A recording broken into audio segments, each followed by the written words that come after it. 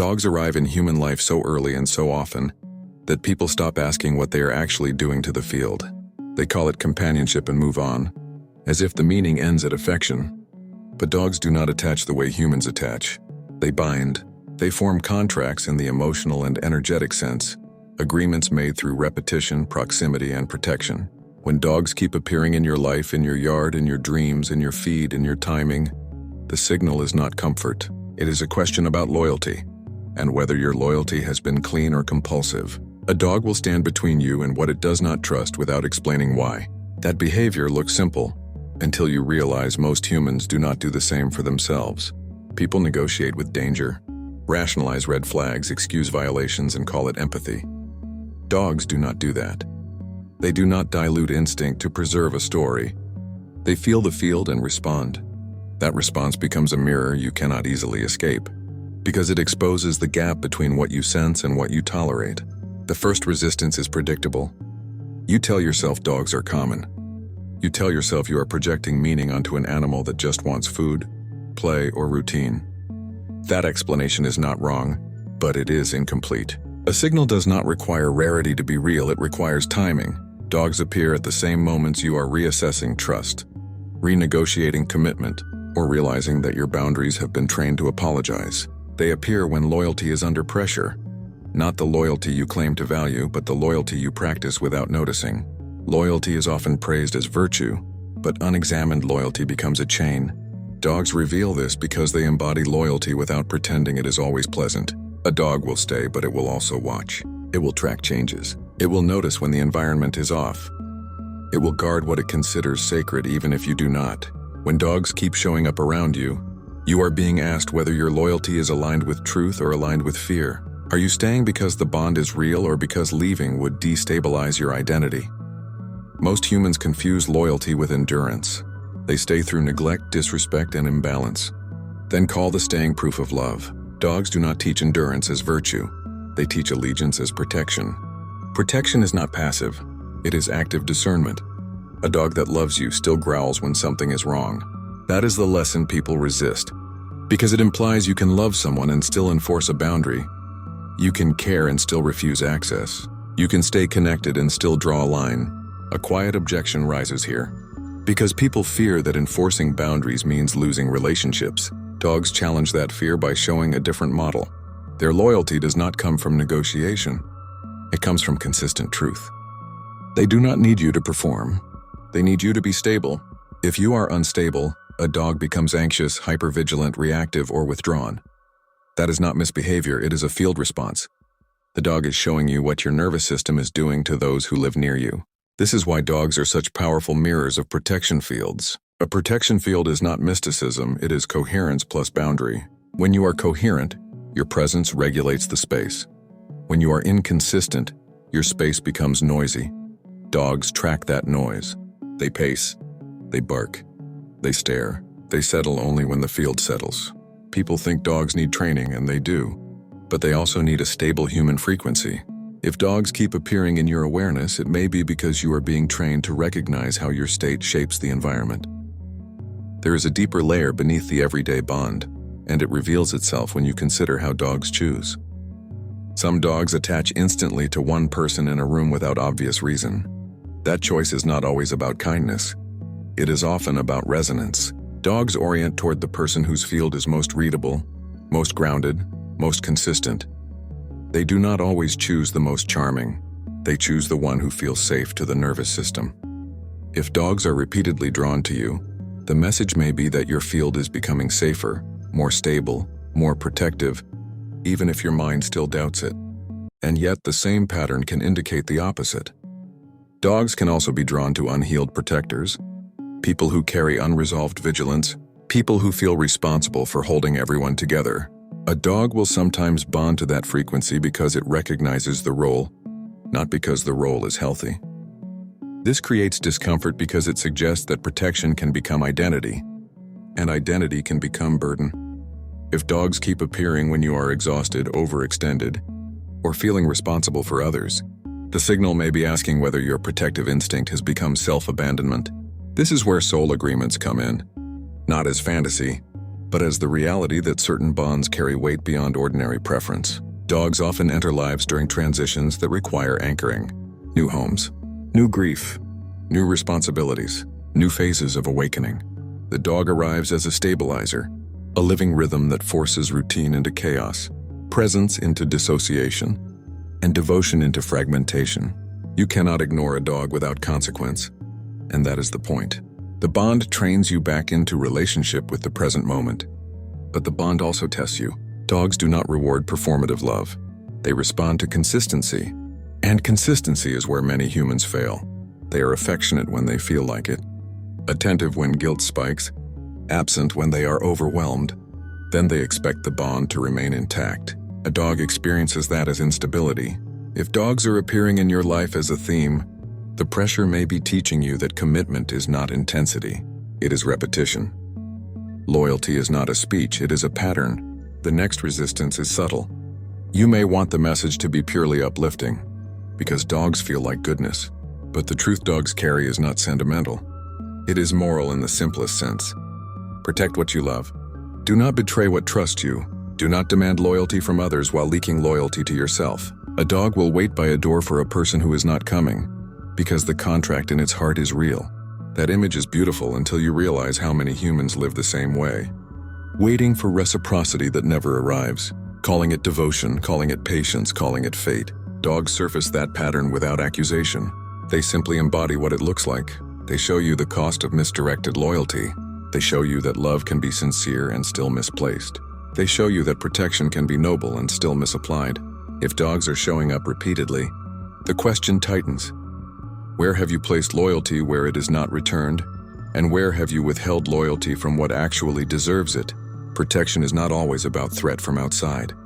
Sometimes the threat is internal, the habit of betraying your own signal, the habit of staying quiet to avoid conflict, the habit of overgiving to secure belonging. Dogs react strongly to this because they are built around clear signals. When you are internally divided, your outward behavior becomes inconsistent.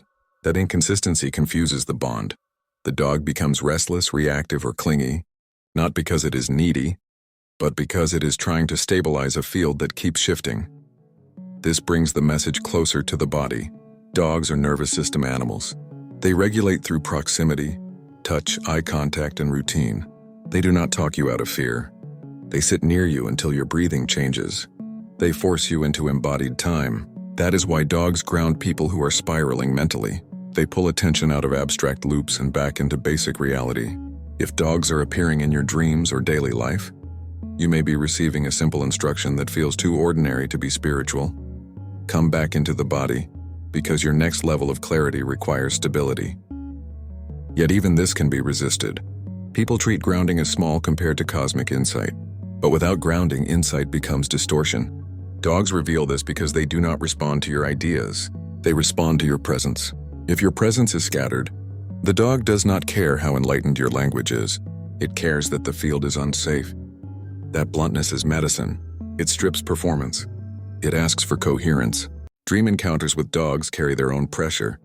A dog in a dream often appears as a guardian, a guide, or a witness to a choice. Sometimes it blocks a path, sometimes it follows, sometimes it waits, sometimes it attacks. The role matters more than the breed. Dogs in dreams tend to represent trust structures, protection structures, and loyalty contracts. They show you where your trust is strong, where it is misplaced, and where it has been violated without being acknowledged. This can feel unsettling because it reveals that your trust patterns are not just mental. They are energetic commitments that shape what enters your life. A common objection rises again. You might say that you have always had dogs, so the pattern cannot mean anything new. But a constant presence can still become a signal when the context shifts. Dogs can move from background to messenger when your life enters a phase where loyalty must be redefined. Many people carry loyalty that was formed in survival. Loyalty to family systems that were unstable. Loyalty to roles that required self-suppression.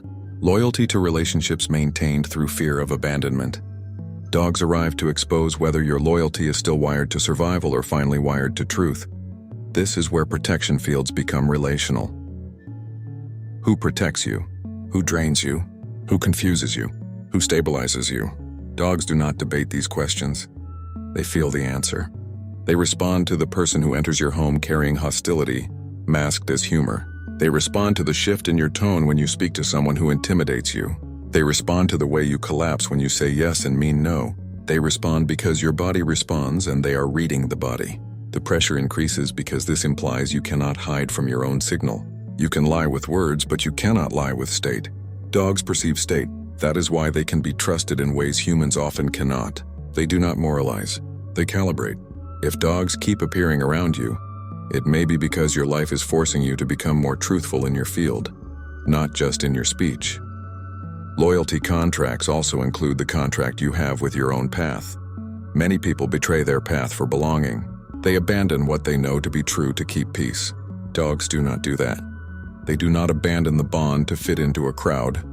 They stand with what they have chosen. That does not mean they are stubborn, it means they are devoted. If dogs are appearing as a theme, your life may be asking you whether you are devoted to your own signal or only devoted when it is convenient. And still the insight refuses to resolve. Because devotion can be distorted. Devotion can become obsession, martyrdom, or control. Some people cling to loyalty to avoid the grief of change. They stay loyal to a version of themselves that is already dying. Dogs force you to confront that too, because they will remain loyal even when you are changing. But they will also adapt if you lead with clarity. They do not require you to stay the same. They require you to stay true. So the meaning of dogs cannot be reduced to a single message like protection or love. Dogs bring the entire ecosystem of loyalty into focus. They ask who you are loyal to, why you are loyal, and what your loyalty costs. They reveal whether your protection is guided by discernment or driven by fear. They show whether your agreements are mutual or one-sided. They force you to face the uncomfortable truth that loyalty is not always noble, and leaving is not always betrayal. If dogs are showing up again and again, treat it as a live test. Watch what your body does around certain people, then watch what a dog does. Watch your urge to rescue, then watch how a dog protects without self-erasure. Watch how often you demand reassurance, then watch how a dog offers presence instead. The field is teaching you through the most everyday creature, because the lesson has to land in real life, not in theory. A dog does not arrive to tell you that you are safe. It arrives to show you what safety actually requires. Consistency, truth, boundaries, presence, devotion that does not betray itself. And if that feels heavy, it is because the contract is real, and you have been living inside contracts already, whether you admitted it or not. Dogs do not end their teaching where affection ends. They continue where affection becomes inconvenient. The moment loyalty costs something, the field sharpens and the message deepens. This is where many people turn away because they want loyalty to feel warm, not weighty. But dogs are not symbols of comfort. They are symbols of obligation made conscious. When dogs remain present across difficulty, they are not reassuring you. They are revealing what you agreed to carry. Every bond with a dog contains an implicit agreement. You will show up. You will notice. You will respond when something is wrong, even if it interrupts your plans. This agreement trains the nervous system to prioritize responsibility over mood. Many humans resist this training because modern life rewards flexibility without accountability. Dogs interrupt that pattern. They demand response, not explanation. If dogs keep entering your life, the pressure may be recalibrating your relationship to responsibility itself. Responsibility is often misunderstood as burden. Dogs show it as clarity. When responsibility is clear, energy stabilizes. When responsibility is avoided, energy fragments. This is why dogs become anxious in chaotic homes. It is not noise that disturbs them most. It is inconsistency. Raised voices that resolve nothing. Promises that dissolve. Boundaries that shift daily. Dogs read this as a protection failure. Their reactions are not emotional in the human sense. They are structural responses to instability. Here, the resistance tightens. People want to believe love alone is enough. Dogs quietly contradict that belief. Love without structure exhausts the bond. Love without protection creates vulnerability that never closes. Dogs require a container. Food times, walks rules, presence. The container allows affection to remain clean. Without it, affection becomes anxious. If dogs are appearing repeatedly in your awareness, you may be confronting the truth that love in your life has been operating without containment. Containment does not mean control. It means reliability. Dogs do not need you to dominate. They need you to be predictable. Predictability creates safety. Safety allows loyalty to remain voluntary rather than compulsive. Humans often reverse this using guilt or obligation to secure loyalty. Dogs do not accept loyalty extracted through pressure. They withdraw, act out, or become ill when the bond turns coercive. That response mirrors what happens inside humans who remain loyal under emotional force. The lesson sharpens when you notice how dogs respond to authority. They respect clarity, not volume. A calm command carries more weight than a shouted one. This reflects a deeper principle. Authority rooted in coherence stabilizes the field. Authority rooted in fear destabilizes it. If dogs keep appearing around you, the question may be whether your authority over your own life is coherent or reactive. Are your decisions coming from grounded choice or from pressure to appease, avoid, or survive? Protection fields also evolve as life progresses. In early phases, protection may look like guarding against external threat. Later, protection shifts inward. Protecting time, protecting energy, protecting attention. Dogs adapt to this shift. An older dog does not patrol the perimeter the same way a younger one does. It watches differently. It senses subtle changes rather than overt danger. This mirrors human development. As awareness matures, the threats become quieter but more consequential. This is where dogs often appear during periods of awakening or transition, not because awakening needs symbolism, but because awakening destabilizes routines. Sleep changes. Schedules shift. Identity loosens. Dogs anchor the process. They pull awareness back into daily rhythms that prevent dissociation. They force embodiment through care. If dogs are showing up while your inner life is expanding rapidly, they may be preventing fragmentation rather than signaling transcendence. Still, the insight refuses to soften, because dogs also reveal when protection has turned into overfunctioning. Some people become protectors as identity.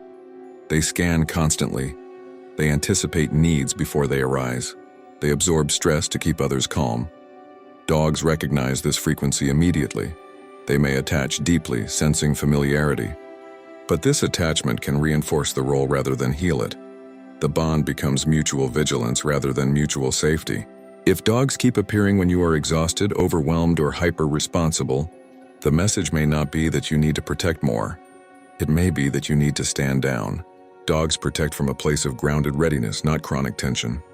When protection becomes identity, the nervous system never rests. The dog reflects this by never fully settling. The field stays alert even when no threat exists. Another layer emerges through loss. Dogs are often present at thresholds of grief, not as distraction but as witnesses. They sit near death. They accompany mourning. They remain present when words fail. This presence is not consolation, it is continuity. Dogs teach that loyalty does not disappear when circumstances change. It adapts. If dogs appear around times of loss, the teaching may involve how to remain present without trying to fix what cannot be fixed. Grief exposes loyalty contracts more clearly than any other experience. Who stays? Who leaves? Who shows up quietly? Who avoids discomfort? Dogs model the form of loyalty that does not require improvement of the situation. They stay because staying is the agreement. This can feel confronting for humans who equate value with usefulness. Dogs remind you that presence itself is a form of protection. At this point, another objection rises. People fear that loyalty without conditions leads to stagnation. Dogs counter this by showing that loyalty does not prevent growth. It provides the base from which growth can occur. A dog does not stop you from changing. It stabilizes the ground beneath you so change does not become collapse. If dogs keep appearing while you are considering major changes, the signal may be reminding you to secure your base before leaping. The teaching deepens when you observe how dogs respond to departure. They do not pretend separation does not matter. They feel it fully. But they do not dramatize it. They wait. They adjust. They hold the bond without narrative. Humans often cling to stories around departure, betrayal, abandonment. Dogs hold connection without story. This reveals how much human suffering comes not from loss itself, but from the meaning layered onto it. Dogs also reveal how loyalty can persist without proximity. A dog remembers. It recognizes scent, voice, pattern even after long absence. This challenges the belief that distance equals disconnection. If dogs are appearing during periods of separation or change, the message may involve releasing fear around loss of bond. Loyalty that is true does not require constant reassurance. It survives space. Protection fields extend beyond individuals into environments. Dogs respond to homes, land, rooms. They sense stagnation. They react to conflict stored in space. Barking at nothing is often barking at residue. Humans dismiss this because it is inconvenient. But dogs are reading layers of information humans ignore. If dogs keep reacting to spaces you inhabit, the message may involve clearing environments, not relationships. This returns the teaching to accountability. Dogs do not fix the field for you. They respond to it. They show you where something needs attention. If you ignore the signal, the behavior escalates. If you respond with clarity, the behavior resolves. This pattern mirrors life. Signals escalate when ignored. Dogs simply make the process visible. As the pressure accumulates, the core insight tightens. Dogs are not here to make you feel loved. They are here to train you in devotion that does not betray truth. Devotion that protects without possession. Loyalty that does not erase discernment. Presence that does not collapse into sacrifice. This is why dogs are common. The lesson is foundational. It must be learned in ordinary life, not abstract philosophy. The final resistance is the desire for closure. A neat meaning, a comforting takeaway. Dogs refuse that. Their teaching continues daily. Every walk, every feeding, every moment of attention. The lesson is never finished because loyalty is never finished. It is renewed through action or it decays through neglect.